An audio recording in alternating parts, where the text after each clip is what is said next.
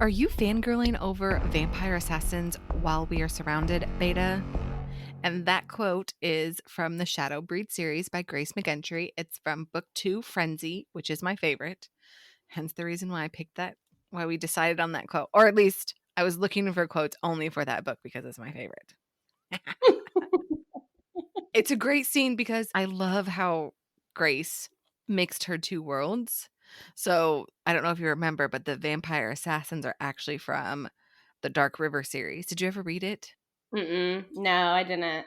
As somebody who doesn't really like vampires, she did a really good job. I enjoyed it very much. Ooh, that is Yeah. high praise from you. Yes, it is.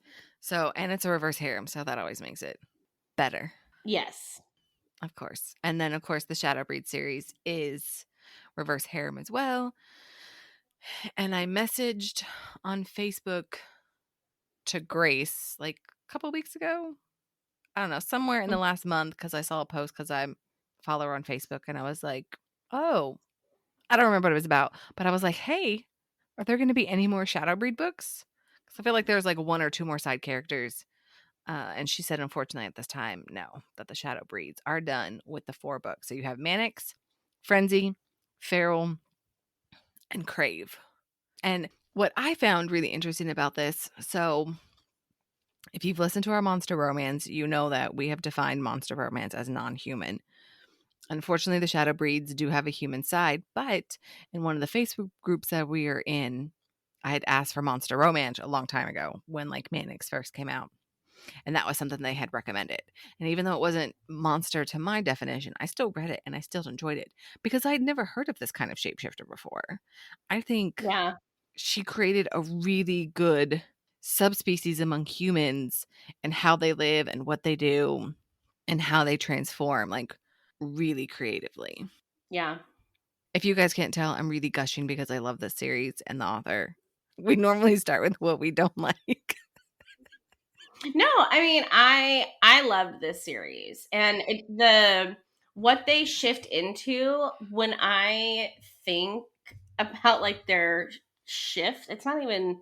Yeah, I guess you can still call Or it a shift. transformation. Yeah, something like that. Like I always think of the Beast from Split. Have you seen that movie? Mm-mm. Yeah, that's what it makes That's me think of. that's the part of the unbreakable glass, right? Yeah, he did make the Beast makes an appearance in that too. Let me see. Okay. Oh, interesting. That is not Obviously, how I pictured him at all, but I see it. I mean, yeah, I still kind of see them though with the more human in the face. hmm And then, of course, is it, I can't remember which one, but the one with the floppy ears. I think it's the first one. I think the first one, she's giggling at them because they have like Mickey Mouse ears, the floppy I ears. thought about that. So I imagine him the how he is in the Beast. I saw that. I can see that, but more humanoid features and then like little floppy ears. I completely Yeah, I just forgot about imagine the Mickey Mouse ears and then they're floppy. that. That is hilarious. Yes. Book 1 was really good. I enjoyed it. Book 2 obviously is my favorite. The covers are to die for. Book 3 is probably my second favorite. And then I really don't think I have anything bad to say about the series, to be honest. So this is probably not going to be Yeah. the best podcast episode. I I mean, mean, I'm it was trying a to. really good series. Book 4 was my favorite, and I had to be reminded of which one was my favorite because it's been a minute since we read it. But book 4 was definitely my favorite. I loved that their reverse harem was a little different than the other packs. And then the only thing that I didn't like, and now that we're talking about this again, it's already bothering me again, is we got zero closure on the vampire aspect of the reverse harem in book 4. Like, because he mentions more than once or twice that he's gonna like outlive all of them, Mm-hmm. and then like there's no solution given for that, and that really bothered me. I don't remember. Mannix lived for a long time, though, right? Yeah. So, and that's what I was like wanting You them to like, what? Sorry, go on. I just had an epiphany. No, that's just what I was wanting them to like note or say or something along the lines of, you know, I don't know, like they bond and they share his lifespan. That's what I was hoping for. That could be done, yeah. Or I just was thinking like one of the people in the reverse harem, he's a wizard or a warlock or whatever. He could always like cast a spell to tie Oh their life yeah. force to his. Yeah. Or, I mean, what was his name? Tyler. He could Don't always know. turn them into vampires. I don't really like that idea. Yeah, no, me neither. I mean, honestly, I felt like if we're being picky, I feel like book 4 was really lacking the buildup of it throughout the other books. I feel like, I mean, what do you mean, like because I mean, you know about the main female character's shitty alpha, like throughout the entire series. I guess I was disappointed that I'm trying to say this delicately because I really like Grace. I think the resolution was a cop out. I think that's about as nice as I can say it. Like, I don't like that we had this female character who was pretending to be mated to somebody to help protect Quinn when why she has all of these people who would support her or help her or get them away. And she never once says anything and she just takes the abuse. Both of them just does for however long. Yeah. And that just really bothered me. You have, what is the names again? Murphy and what? Merrick, Merrill, Merrick. Merrick. Merrick. You know that they're your mates and you never once tell them. You just make them think that you don't love them or care about them. So you can be like, I understand that you're trying to protect Quinn. But before that happened, you guys should have spoke to them or even Garrett or Garrick from the first one, who's the general's son. Like they would have done everything they could to keep you from going that way. Yeah. I mean, isn't Susanna related to the Omega in book 1? Aren't they brother and sister? There's, I vaguely remember I that. think they're Yeah. brother and sister. And I'm like, and you like, I think that just bothered me. I think that is Yeah. the only aspect that bothered me was that they tried to run away and they had the warlock help them, but not once did they think of going, like, I don't know. Well, but at the time, they were under a different, like, pack alpha, who was a total douche canoe. Yeah, but her And they dad's on the council. Price yeah, or but Pierce, Raddick. I don't know. Fuck, I should know their names. I don't know. before the new alpha takes over the pack, Cortland, like, yeah. yeah, you know, I don't think they had a whole lot of options. I'm not saying that you're wrong, but I just don't agree with you. I was expecting, I don't know, I felt like it was a letdown. I feel like there wasn't a lot of scenes of them as a group trying to build the relationship. I know they're coming, they're trying to give them space, trying to give them their freedom. I Yeah. just felt disconnected from it, to be honest. Well, I think you had like Merrick and Murphy, who were basically an established couple, and then you had Suzanne and Susanna Owen or and Quinn, Quinn. yeah, who were like severely trauma bonded. And then you had like a random warlock and a random vampire. Like I felt like, and I think that's why I liked it. It was like a melting pot. Mhm. Oh, don't forget the ghost.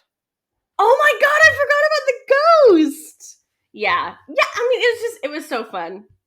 Mm-mm. Oh, but that was the other part that didn't. Did it get resolved? The ghost? Didn't he get? They're able to Was see that? him now. The pack can see him now, but that's it. He's just there Hmm. happily living and they can see him now. Hmm. Yeah, I didn't like that. That wasn't resolved either. Yeah. I don't know. It just felt lacking. I would have rather had what was their friend with the witch friend, the dude that they thought died? No What was it, idea. Lucas or Couldn't tell you. Lauren? I think it was Lauren. I think you're.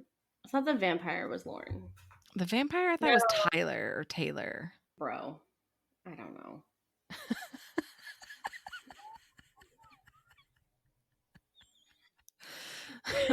This is why we're great podcasters. We do no prep work. It's all just in the seat of our pants. It's all just figuring it out as we go. Yeah. So yeah, 4 is my least favorite. It's Jen's favorite. Number 3, I loved the concept. I loved the whole thing. The only thing that I did not like about book 3, now that we're being picky, and like what? I'm sorry. I did have quotes for book 4, and I was looking at them. It says I was sitting on his ghost dick. Oh my gosh, absolutely not. I already have like PTSD from ghosts being love interests. That's another thing I can't get behind. I think that's probably a big thing. That's You just think? I just can't. Like I struggle with that so much. Anyways, book 3, the thing Tanner. I Tanner. There we go. I knew I was close. Yeah, you were way closer than me. I knew it was a T. Okay, so book 3. Book 3. I didn't like that one of them is not the father of the babies. Cuz the dude in book I can't remember which one. So they bring Kitten home. She goes into heat cuz everything that happened in Frenzy. And the Mm-hmm. 2 guys who have known her whole life practically, or at least, when she was in her early teens. And the Omega, do they have a male Omega? Yeah, they do. Like all 3 of them, like boink. But the 4th one is like, she doesn't know me. I don't know her. Like he didn't feel comfortable, which was fine. Kudos for him for like taking care of them and making sure they, don't die of dehydration or anything like what they mate for like 3 days. But I don't know. I just didn't like that. There were 3 Yeah. babies and there are 4 guys and one of them's not his. I mean, obviously he still accept them as his kids because they're a pack. Like they're all the daddies. But I was just like, I feel so bad for him. Yeah. And I have nothing bad to say about book 2.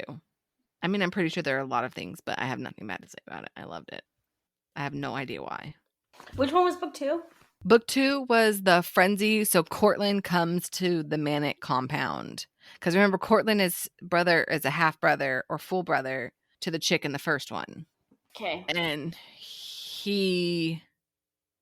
Okay, so book 1, you have the 4 guys, and they get a hint of an Omega, female Omega, in the town, and they go down. She's a stripper. She has her sister that she raises Yeah. as her daughter.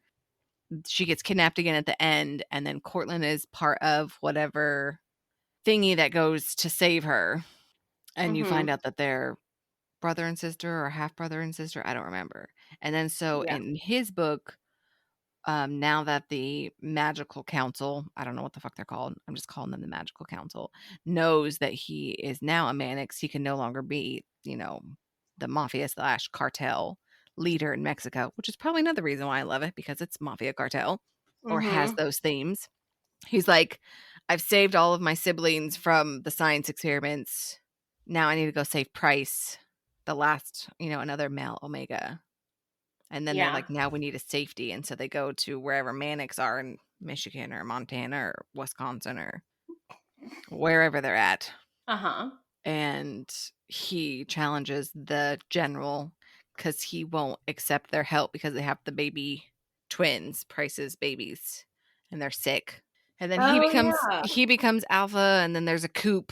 Bad things happen, but because of the first book, because they have their first female Omega in like years, like hundreds of years or how many ever years, her going into her second heat triggers all unmated beta females to transform into Omegas. That's how, I guess it's a survival thing for their species. Yeah. Pretty fucking genius, right? I love that. And then so Bonnie becomes an Omega and she ends up with Court and Dominique, and Price is their male Omega. And then is it Raddick? Yeah. I don't know. I just love that one. Now I want to reread it. Yeah, it was really good. And I really loved Bonnie. Oh yeah, it was great. Yeah. I guess I just liked all the moving pieces and the dynamic of we're going to have the alpha fight, then there's the frenzy, we still have to protect people, I don't know. Yeah. No, I'll give it to you. It was really good. I don't know. I remember really liking. Did I really like Kitten? Maybe that was my least favorite. No, I really do not remember. So in Feral, Feral and Frenzy kind of take like where Frenzy is in the middle. is where feral starts. Because once they realize that unmated female betas are turning into omegas, they're like, oh my gosh, we have to go check on Kitten. Right? Because Right. they knew Kitten when Yeah. they were younger, and as they got older, they realized that she was their mate, but she disconnected from them. So it's been about 10 years since they'd actually seen her talk to her. So the Right. two main dudes, I don't know, I don't even remember their names, go and run and check on her and find her incapacitated, like passed out. So they bring her to their house and have to explain to their other pack mate and their male omega, hey, this is Kitten. She's feral. Oh. We need to protect her. Yeah. And then she wakes up and she's like, make it stop. And then that's when the three of them, help her through her heat and the one dude stays back. And then it's this, okay, after the heat is passed, now what do we do? Right. Now that Yeah. she's a female omega, they've been in love with her forever. The other two fall in love with her, but this transition for her, because she's used to being outside, because she was taught by her guardian, because of the old alpha general, you do not go, you stay away. He's dangerous. Come to find out, Right. that's her father. He killed her mom, tried to kill her. So now she has a Yeah. half brother, which is Garrett from the first one. Yep. And she helps warn them about the fire and, reading the land and stuff. And I do have to say, one of my favorite scenes in book 3 is where Cortland brings Kitten to his office to be like, hey, one of my kids, his foster kids from the sanctuary or whatever, Mhm. who doesn't speak, said something that you said to him. And when this little boy speaks, I pay attention because he doesn't ever speak. And about Right. giving her a job of like reading the land and like what to do and the goats, whatever. And then when he makes her cry and he freaks out and calls for Frantic, it's like, what did you Yeah. do? He's like, I have no idea what I did. Yeah. That was great. Oh, so good. I just love Cortland. Yeah, he's great. I Yeah. loved him a lot. So that was book But 3. okay. Yeah. I don't really, it's really hard to say bad things about such a great series. I love the character Yeah, I'm development. I loved the world. The covers are just to die for. I really need her to make them posters. Like, I would buy them. Or postcards, like a 5x7, 8x10. Don't even have to be anything yeah, big. yeah. No, I agree. I really enjoyed the series. There really wasn't anything. And I mean, I read the series pretty fast, Hmm. which is always an indicator of how much I enjoy it. This is one of it's in like at least the top 5 of the first buddy reads that we did. Yeah. Yeah, I'm pretty sure. If it wasn't definitely the top 5, if it wasn't was it the first one? The first one we did was the Four Horsemen one. Oh, that's right. So, and I loved so much that you enjoyed this. Because I think at the beginning when we were doing our buddy read, we were still kind of like getting a feel for what each other likes to read. Yeah. And I feel like this really kind of helps set the tone for some things. Yep. Yeah, I think this was your recommendation to like tiptoe me into monster romance. I'm pretty Hmm. sure was kind of where we went with it. Yeah. So even though my definition of romance is non-human, I feel like you can't just throw you just can't just throw anything at people, right? Right. Yeah. Yeah. You have You to like can't just gradually have ease them them. in. I feel like Can't I have feel like manic is a really good one because they have sex as human and in their manic form. So I right. always Yeah. feel like that is a very good foundation or baseline to be like, hey, were you okay with this? Was this too Yeah. much or was it not enough? Because I can go either way in recommendations after this. Yep. For sure. Okay, so darkness on our new scale. This is exciting.